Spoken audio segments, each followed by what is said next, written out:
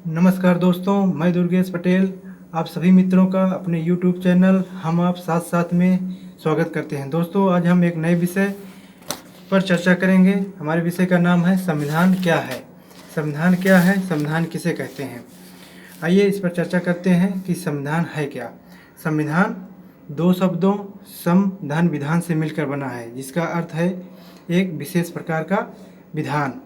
सम का मतलब सुव्यवस्थित ढंग से बना हुआ विधान कानून। एक सुव्यवस्थित ढंग से बना हुआ विधान या कानून ही संविधान है। ये सुव्यवस्थित ढंग से बना हुआ कानून या विधान किसके लिए बना हो, यानी कि कहने का मतलब कि संविधान किसके लिए बनाया जाता है। राज्य के लिए बनाया जाता है।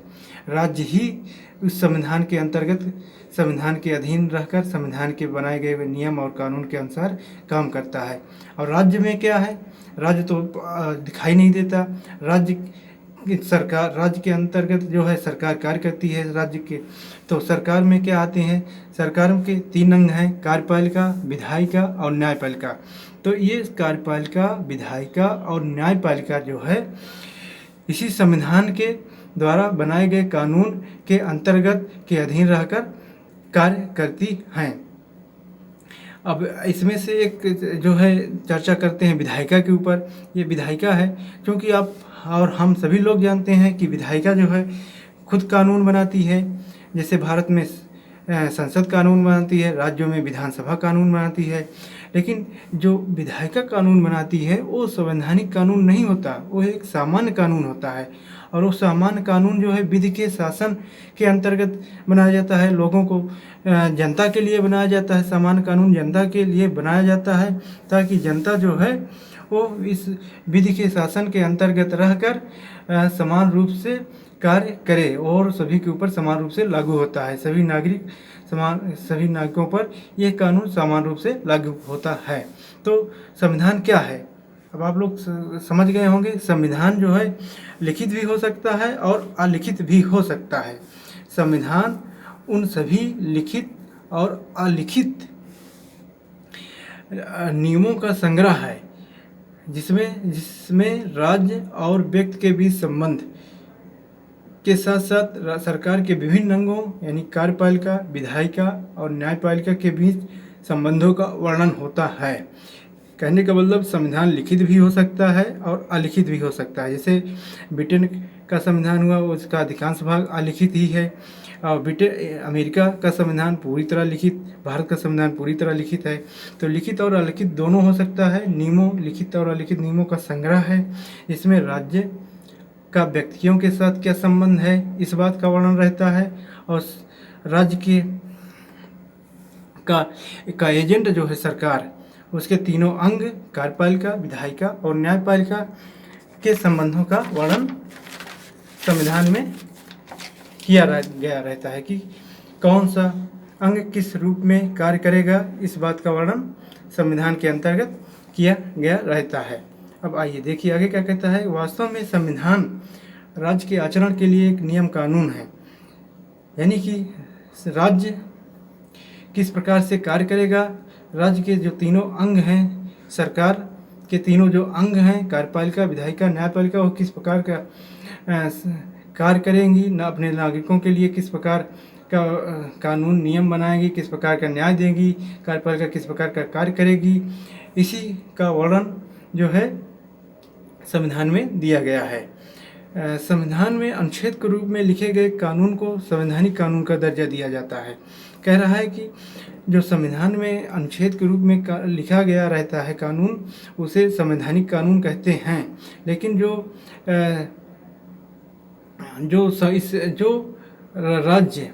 राज्य जो है इस संवैधानिक कानून के अंतर्गत कानून बनाता है, उसे सामान्य कानून कहते हैं। यानी कि कहने का मतलब खासकर विधायिका कानून बनाती है। हालांकि कार्यपालिका भी प्रदत्त कानून का निर्माण करती है। लेकिन यही कह रहा है कि इस संवैधानिक कानून के अधीन रहते हुए, इस संवैधानिक कानून के अनुसार जो राज्य के तीनों अंग, न्यायपालिका भी एक प्रकार से कानून का व्याख्या करती है, तो उससे भी न्याय कानून का निर्माण होता है कहीं ना कहीं। तो ये राज्य के तीनों अंग जो कानून बनाते हैं वो सामान्य कानून है। और ये सामान्य कानून जो है नागरिकों के लिए होते हैं,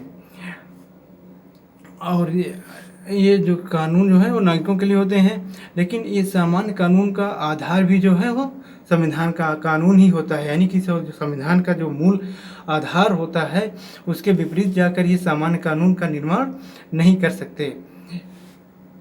जो संविधान में दे गई हैं सिद्धांत हैं, संविधान का मूल भावना है, उसी के अनुरूप जो है कार्यपालिका, विधायिका और न्यायपालिका को कार्य करना पड़ता है।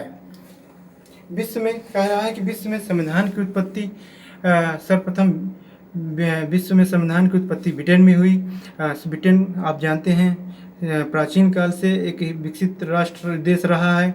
यहाँ के लोग काफ़ी जागरूक होने के कारण खासकर 1688 की गौरवपूर्ण क्रांति के बाद वहाँ से जो राजशाही की शक्तियाँ समाप्त हुई और लोकतंत्र का उदय हुआ, तब जो है वहाँ की कुछ बातें जो है खासकर लोकतांत्रिक बातें, नागरिकों के अधिकारों से संबंधित बातें संसद द्वारा उस समय लिखी गई, वही जो है संविधान का रूप ले लिया। इसीलिए ब्रिटेन के संविधान को विश्व के समस्त संविधानों की माँ कहा जाता है।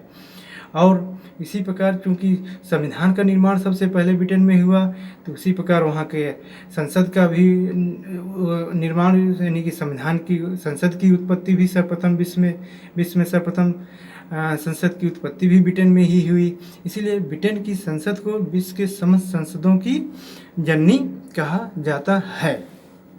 तो आप लोग समझ गए होंगे कि चूँकि संविधान का उदय, संविधान की उत्पत्ति सर्वप्रथम ब्रिटेन में हुई, इसलिए विश्व के समस्त संविधानों की माँ ब्रिटेन के संविधान को कहा जाता है।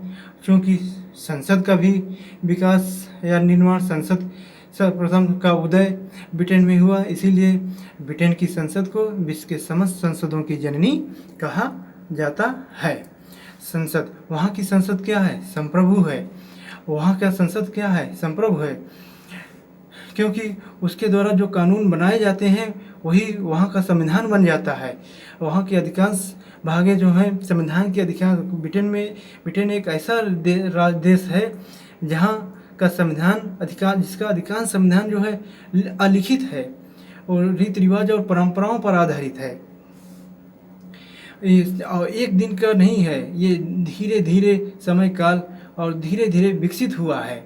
ब्रिटेन का संविधान काफ़ी संघर्षों के बाद, काफ़ी समय के बाद धीरे धीरे उसका विकास हुआ है और समय समय पर वहाँ कुछ बातें लिख दी गई, वही संविधान का रूप ले ली। इसीलिए वहाँ की ब्रिटेन की संसद जो है वो जो है सर्वोच्च है, वो जो कानून बनाती है वही संविधान हो जाता है। इसीलिए ब्रिटेन की संसद के बारे में कहा जाता है कि वह एक स्त्री को पुरुष और एक पुरुष को स्त्री बनाने के अलावा कुछ भी कर सकती है।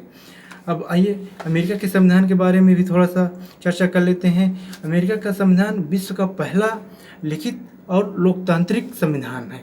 कहने का मतलब कि विश्व का सबसे पहला लिखित संविधान। हमने अभी आपको बताया कि ब्रिटेन का संविधान जो है वो उसका अधिकांश भाग अलिखित है, हालांकि वो विश्व का सबसे पहला संविधान है। लिखित शब्द जब अगर आ जाता है तो अमेरिका का संविधान हो जाता है कि विश्व का सबसे पहला लिखित संविधान कहाँ का है? अमेरिका का है। इसी तरह लोकतांत्रिक संविधान कहाँ का है? विश्व का सबसे पहला लोकतांत्रिक संविधान कहाँ का है? अमेरिका का है, क्योंकि ब्रिटेन में आज भी राजतंत्र है। हालांकि राजतंत्र की शक्तियाँ समाप्त हो गई हैं, लेकिन वहाँ राजतंत्र तो है ही, राजशाही है, वहाँ का राजा ही राज्य का सबसे प्रमुख है। इसीलिए विश्व का लोकतांत्रिक संविधान, पहला लोकतांत्रिक संविधान अमेरिका के संविधान को कहा जाता है। इसके अलावा अमेरिका के संविधान की एक खासियत ये भी है कि ये विश्व का एकमात्र मौलिक और सिद्धांत पर आधारित संविधान है। मौलिक कहने का मतलब कि इस संविधान के अंतर्गत कही गई सारी बातें इसके पहले कहीं नहीं कही गई थी और एकदम पूरी रूप से नया और मौलिक था। जैसे शक्ति पृथक्करण का सिद्धांत, राष्ट्रपति अध्यात्मात्मक शासन, शक्तियों का बंटवारा, ये सब बातें इसके पहले कहीं उल्लेख नहीं किया गया था। इसीलिए पूरी तरह वो मौलिक और सिद्धांत पर आधारित संविधान है। इसके अलावा अमेरिका का संविधान विश्व का सबसे कठोर संविधान भी माना जाता है। कठोर किस लिए इसलिए कठोर कहा जाता है क्योंकि अमेरिका के संविधान में अभी तक मात्र, पहले ये जान लीजिए कि अमेरिका में कितने संविधान हैं। अमेरिका में के संविधान अमेरिका के संविधान में अभी तक मात्र अमेरिका के संविधान में केवल 7 अनुच्छेद हैं। ये आप देखिए, कहने का मतलब कि अमेरिका के संविधान में कुल 7 अनुच्छेद हैं। कितना छोटा सा है, यानी इसीलिए इसे विश्व का सबसे छोटा संविधान भी कहा जाता है। कितने अनुच्छेद हैं? मात्र 7 अनुच्छेद हैं। और कठोर किस लिए कहा जाता है? ये कह रहा है कि 8 पेज का, इसीलिए 7 अनुच्छेद है और 8 पेज में ही लिखा गया है। और कठोर किस लिए कहा जाता है? अमेरिका का विश्व का सबसे कठोर संविधान इसलिए है क्योंकि अभी तक इसमें मात्र 27 संशोधन हुए हैं।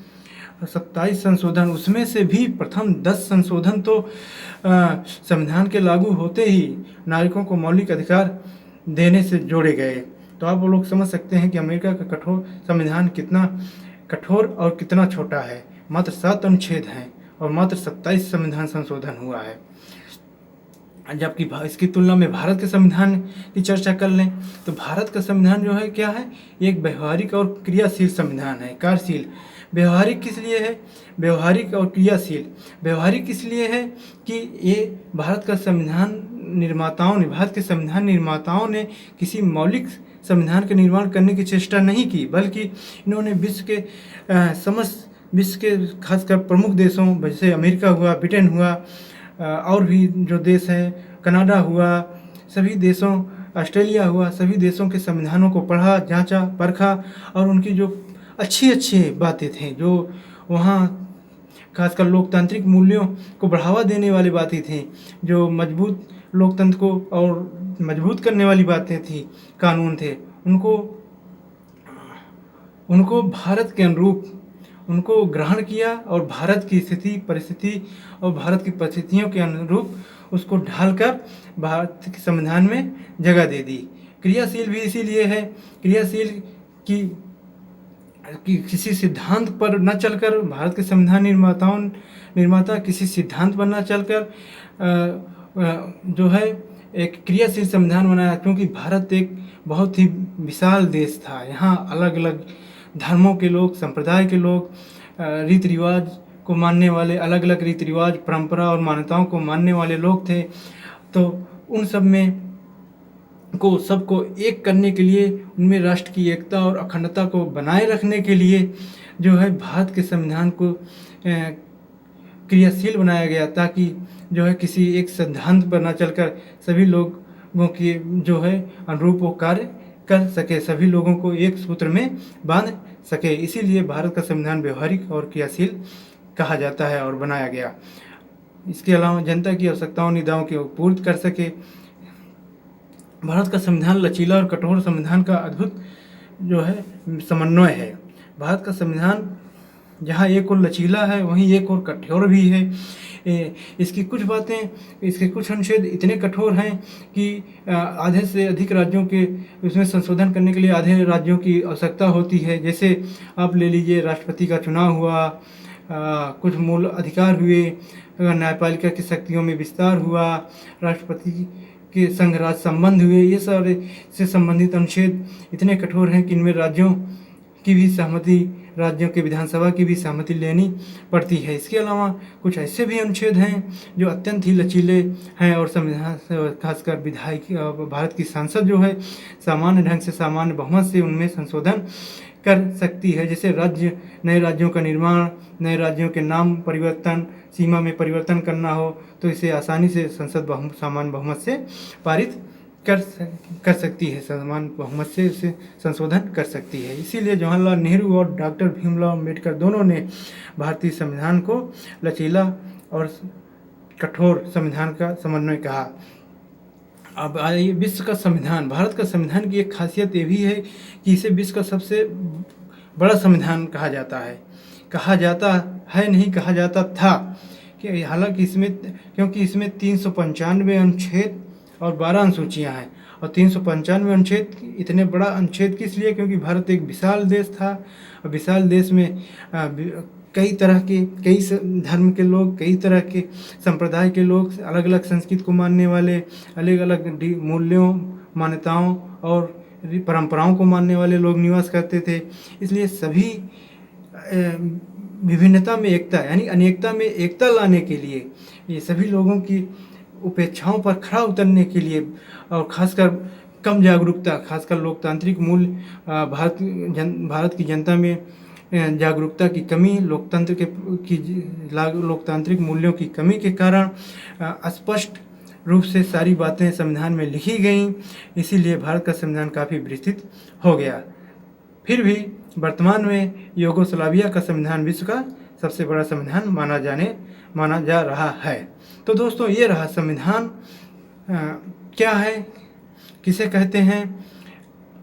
हमें विश्वास है आप सबको ये जानकारी अच्छी लगी होगी।